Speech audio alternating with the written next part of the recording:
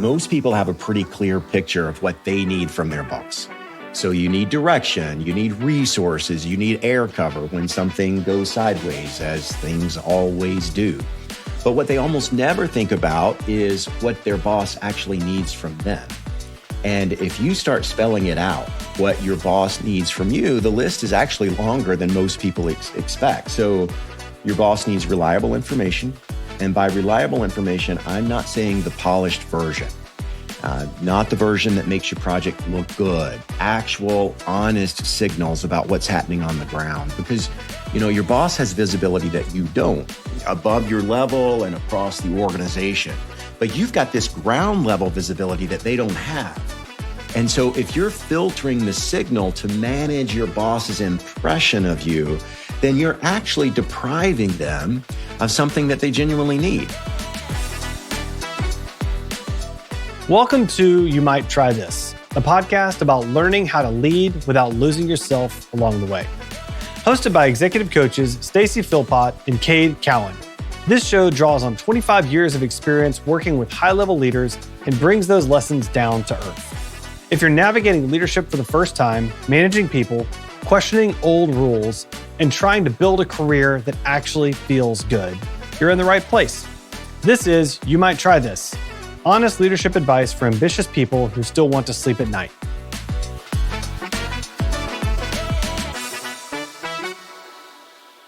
Hi, everyone. Welcome to You Might Try This, the show for leaders who are figuring it out in real time. This week, I want to start with a phrase that makes most people cringe: managing up. There it is. Yes, that cringy reaction is worth paying attention to because it tells you something about why this is so hard to talk about. Managing up sounds like something you do to someone, like you're working an angle or running a play. It has the smell of politics or worse, manipulation to it. Yeah, which is a problem because what many people do when something sounds political is they just don't do it. They'll manage down, they'll manage sideways, and then they leave the most consequential relationship in their professional life to simply manage itself. And it never does. It doesn't. And I've had this conversation, Cade, so many times with, a smart, really capable leader, someone who's really good at their job, and they don't feel like they're getting the opportunities that they've earned, and they don't know why. And when I start talking to them and asking questions, what I find is that it turns out that the relationship with their boss is not working as well as it could be. Sometimes it's problematic for a variety of reasons, but other times it's simply that the person has deprioritized that relationship. They're focused on other things, their team, getting something done, and they haven't been putting energy into the relationship with their boss. Yeah, and here's the thing about unattended relationships. They don't stay neutral, they drift. And they almost always drift in a direction that's going to cost you something. And the truth is your boss is always forming impressions of you, whether you're managing the relationship or not. Yeah. So today we're going to do something that could feel slightly uncomfortable. We're going to talk about what it looks like to actively manage your relationship with your boss in a way that works and in a way that doesn't make you feel like some political machine, a political maneuverer. And let's be clear about what we mean when we say manage, right? We're not talking about flattery. We're not talking about manipulating your boss. We're talking about something pretty basic, which is treating the relationship you have with your boss with the same intentionality as you would bring to other important responsibilities in your job. Yeah, let's start with a few objective statements. And I think most people would agree these are objectively true. Your boss controls your project visibility, your access to resources, your reputation above your level. So they have more leverage on whether your work actually lands than any other relationship in your professional life. And most people are just winging it. I want to start with a piece of research that I think is typically underread. There's a Harvard Business Review article called Managing Your Boss, and it was written all the way back in 1980. It was updated in 2005. So the article, Managing Your Boss, it was written by John Gabaro and John Cotter. And it is incredibly practical. And what Gabaro and Cotter said that nobody was saying at the time, and that honestly, I think a lot of people still haven't internalized, is that the relationship between you and your boss is one of kind of mutual dependence. Both of you need things from the other. And both sides are managing the relationship, whether they're conscious of it or not. And both sides are either doing it well or they're doing it badly. I think those things are objectively true.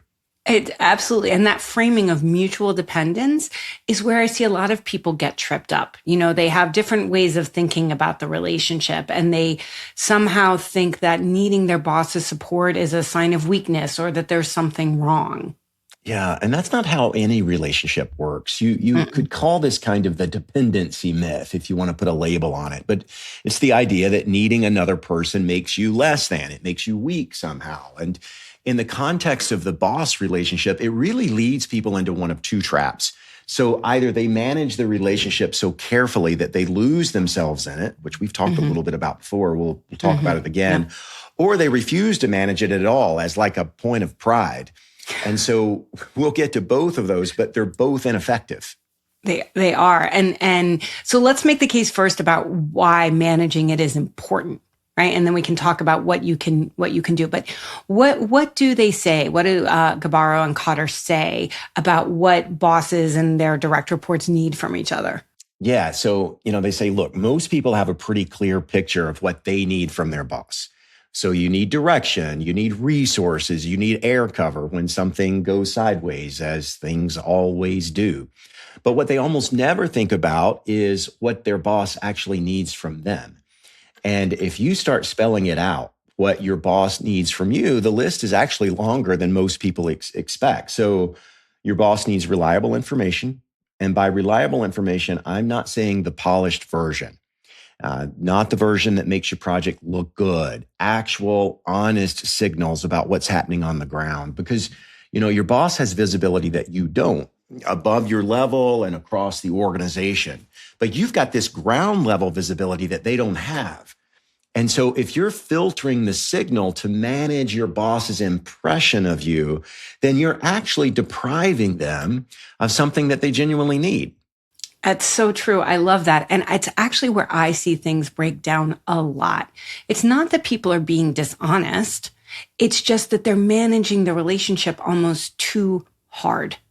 They're waiting until they have good news before they surface anything, or they frame every problem as already solved. They may have once had that boss who said, don't bring me problems, bring me solutions. And so they only bring solutions.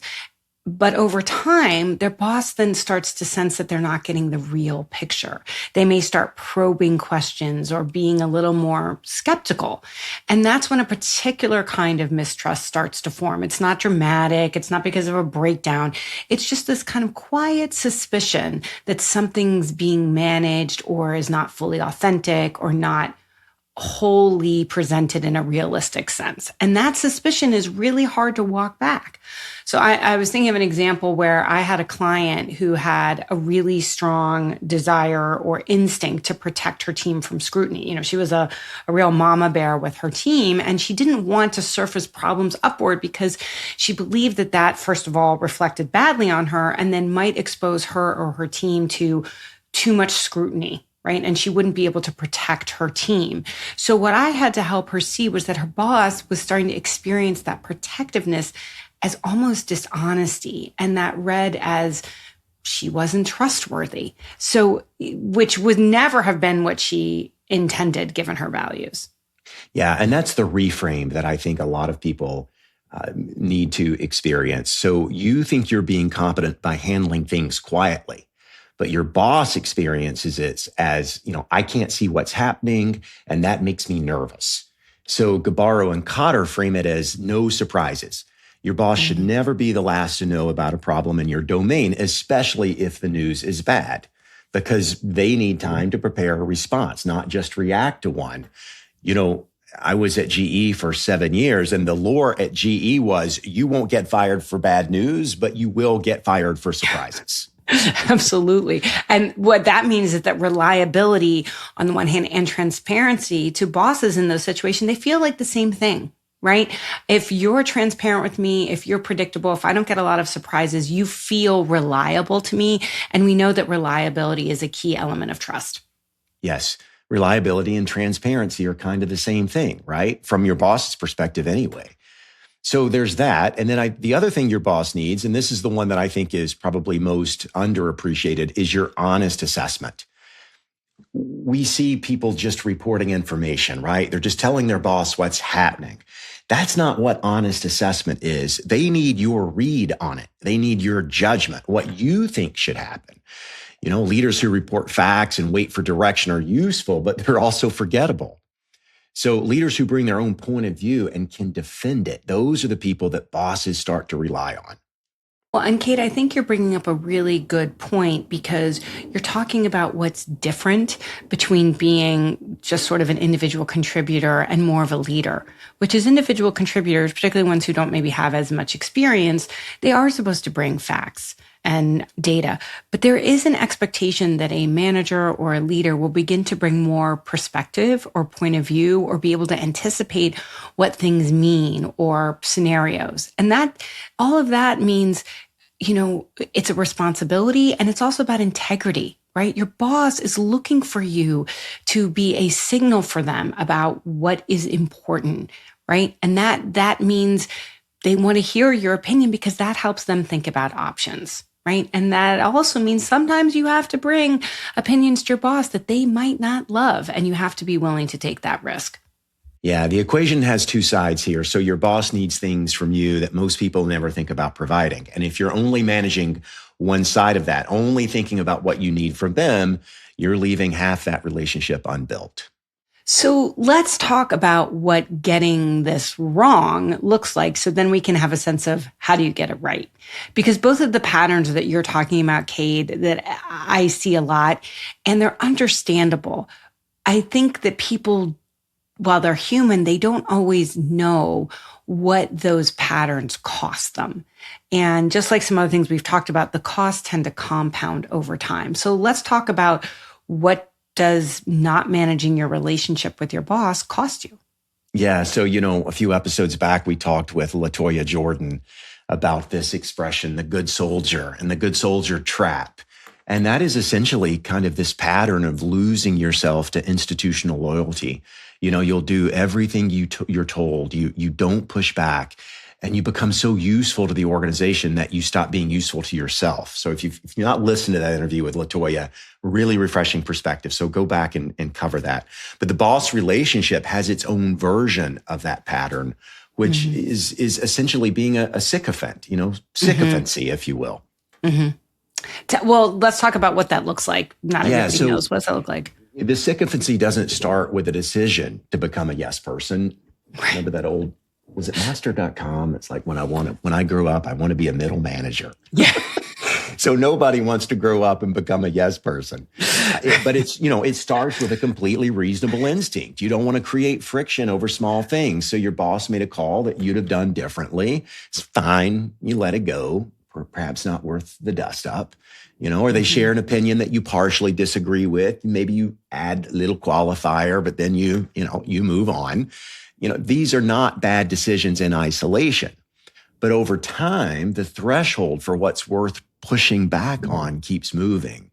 Small things to start, then medium things. And then eventually you realize your boss has never actually heard you disagree with them about anything real. And you've become a source of agreement, not information, but agreement. Stacey, for those listeners who know kind of the Hogan assessments and the Hogan derailers, there is that dutiful derailer, which is overly loyal, the yes man, the yes woman. So this is a real thing that we see emerge, not just in early in career managers, but we see it throughout the ranks. Well, and I know, not to overshare, but I know for me, I often think about picking my battles. I'm kind of thinking, well, I don't really want to race. I don't want to pick my battle. And I'm thinking, well, I'm really strategic, right? Because I'm picking my battles. And then I pick my battle and I pick my battle and I'm not having a battle. And then all of a sudden, wow, it's like I can explode and fight a battle not very strategically, right? And I think what happens is bosses know, not always consciously, but leaders do develop a finely tuned detector, if you will, about whether someone's telling them what they actually think versus telling them want to hear. And I know for me as a coach, one of the things leaders often tell me is, I so appreciate that this is a place where someone will tell me things honestly, even if I don't want to hear them, because they experience that as falling away the more senior they become. So when you've slid into that pattern, right, of not telling the truth, you tend to get discounted. You're not fired. You're not really demoted. You just are maybe discounted. You're not heard as much. You stop then being brought into conversations that matter because you've signaled that you'll just reflect whatever's already happening in the room. And that's not as useful. I was thinking about a client I had who was really, really intelligent, like brilliant, a very exceptional thinker. And she had this habit of reading the room before she said anything, which is generally a good instinct, right? Really good interpersonal skills, right? But she would read the room and then modulate her view to fit what she sensed was wanted. And she couldn't understand why over time, even though she was more capable than her peers, she wasn't getting the opportunities that she expected to get given her performance. And when I finally asked her, well, what does your boss know that you believe about the business, the future of the business, leadership? What points of view does your boss know that you have? She paused and said, I'm not really sure. I bet there was a realization occurring during that pause for her. It was a turning point because she hadn't been dishonest. Mm-hmm. She wasn't lying. She wasn't really withholding information. She'd just become invisible. And at a certain level of seniority, being invisible and being dishonest actually have the same outcome, which is hard for people to understand because the intention behind dishonesty and the intention behind being invisible, if you will, are very different, but the outcome can be similar. So this is why I talk to leaders all the time about how do they develop a point of view. You have to have one or two things that you're willing to take a stand on to develop not only your credibility, but also your trustworthiness. If you don't have something that people know you stand for, it actually erodes your trustworthiness, if you will. Yeah. So let's talk about the other failure mode, because this overly compliant, dutiful behavior, as we said, sycophancy, isn't the only way people get this wrong. There's really a second failure mode that's equally common. And that's especially true with smart, high potential people who have a very strong internal compass, which is by being invisibly excellent. Let's say more. What does that mean for you? So invisibly excellent occurs when the person doing genuinely exceptional work who refuses on principle to manage the relationship with their boss, because they've decided that managing the relationship is political. They don't do politics. The work should speak for itself. We've heard this so many times. And they're right. The work is excellent and it's not speaking for itself, because work does not speak. People speak. And if you're not managing the relationship, you're not giving the work voice. I see this all the time. And there's often a values story underneath it. You know, people who grew up in families or cultures where putting yourself forward felt like bragging. Maybe it even felt dangerous. Mm-hmm.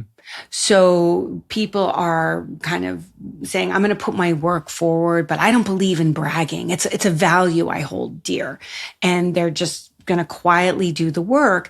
And that value is not wrong. It is important sometimes to be humble and focus on execution or delivering something of substance. But over time, it's problematic because organizations don't automatically reward excellent invisible work. They reward work that people know about, and you have to do both. And here's what makes this failure mode, I think, particularly painful. The invisibly excellent, they look around and they see people who are more visible, who are more politically savvy, and those people are moving through the system faster. Well, then they read that as evidence that the system must be broken. And maybe it is, granted, but removing yourself from a broken system doesn't fix it. It just guarantees the outcome that you were trying to avoid. Yes. I think people experience it as unfair, or the system's rigged or political, or certain people have advantages. And that is not untrue.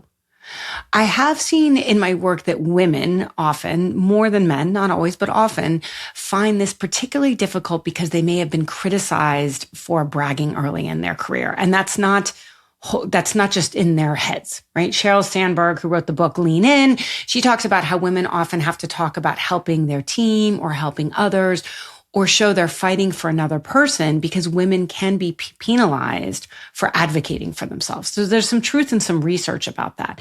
And there are reasons why people are nervous talking about their work. So what I find with women is early in their career, maybe they started trying to advocate for themselves. They got penalized. They learned to be quiet, and then they become more senior and they don't know how to bring some of that back. So if you think about it, never talking about your work. So let's go extreme. You never talk about your work. That is the equivalent of a company making a product that is never marketed. It's not going to really go anywhere. You could have the best product, but if nobody knows about it, no one's going to buy it. Like so making sure.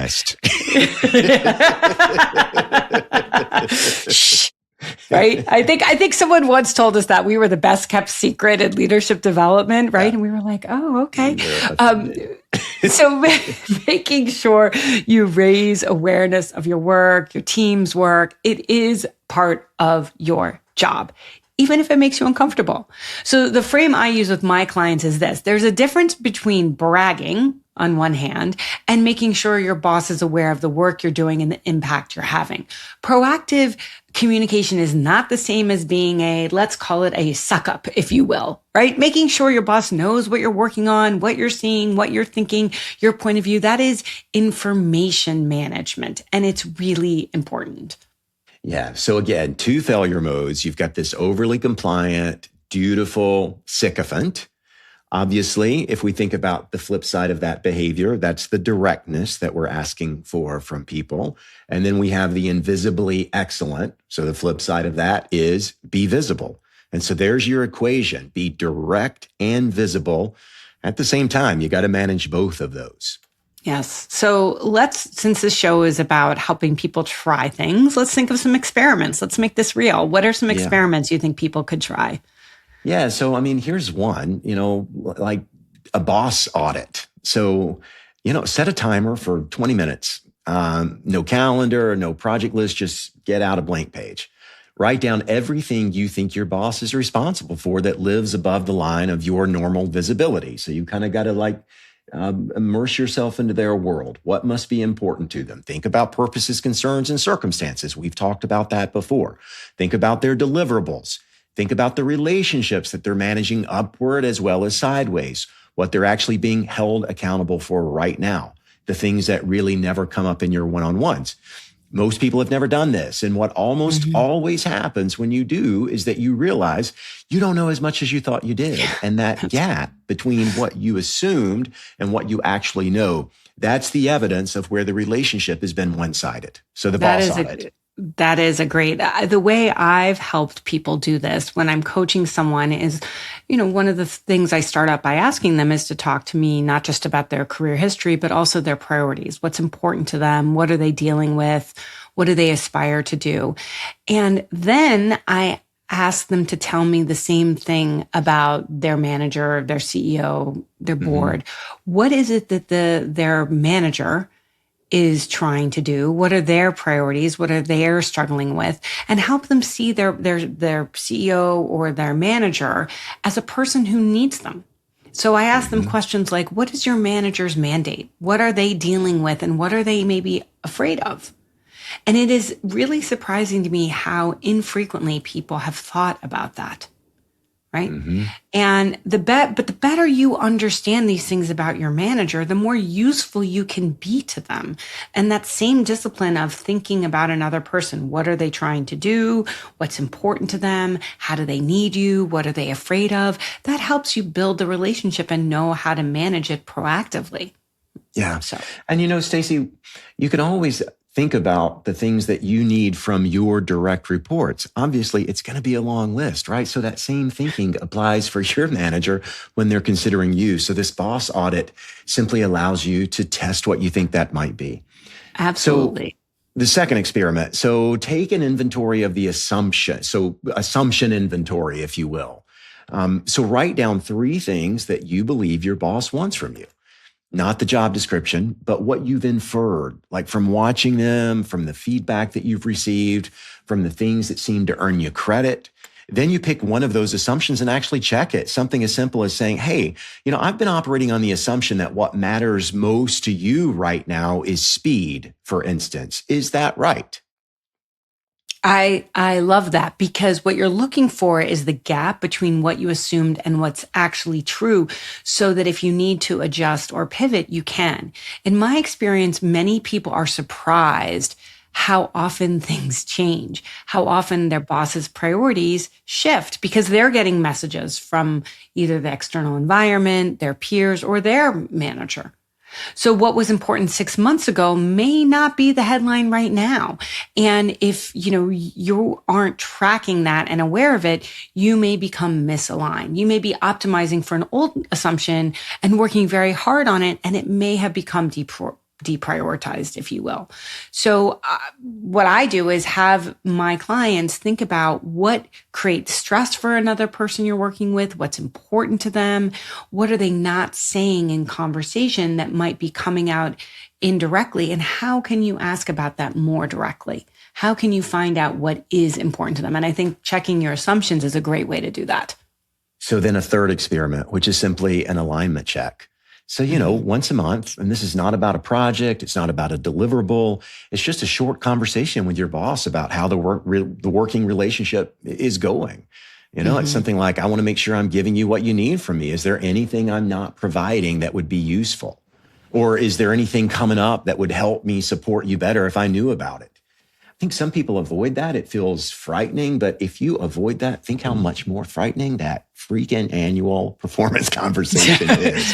This is a way to kind of pave your way into that for those organizations that still have that. So 5-minute conversation. Most people have never had it. And the effect of having it consistently over time is that you stop managing crises in the relationship because you're managing the relationship. That's right. And what I love about you saying is you're making the point that an alignment check is sort of a practice. It's not just a single conversation. It's a check-in. And when you do it regularly, everybody's anxiety goes down because you're clear on what's expected of you and where you are. You're signaling that you're paying attention to the relationship itself, not the tasks inside it. And that builds some trust over time. Now, I do want to make a distinction. This is different than going to your boss and quote unquote asking for feedback weekly. Okay. Yes. Because when you're asking for feedback, that's about your need. An alignment check is I'm making sure I know what's important to you and our working relationship, you're getting from me what you need. Right. Yes. That's a little bit different. That's a really important distinction, because if you're asking for feedback every week, let's be honest, that can get a little annoying. Yes, it can. It can. Right. We know those people that are overly needy, and they can be annoying. So 3 experiments, the boss audit. Was that too much? The boss audit.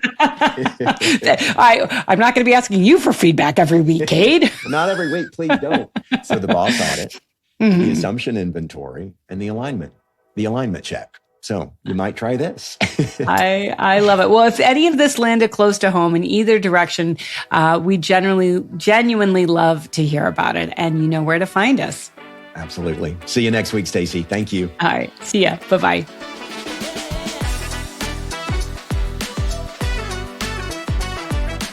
Thank you for listening to You Might Try This, brought to you by EDC and Edgewise Media. To learn more about the podcast, visit youmightTryThis.com or connect with us on social media.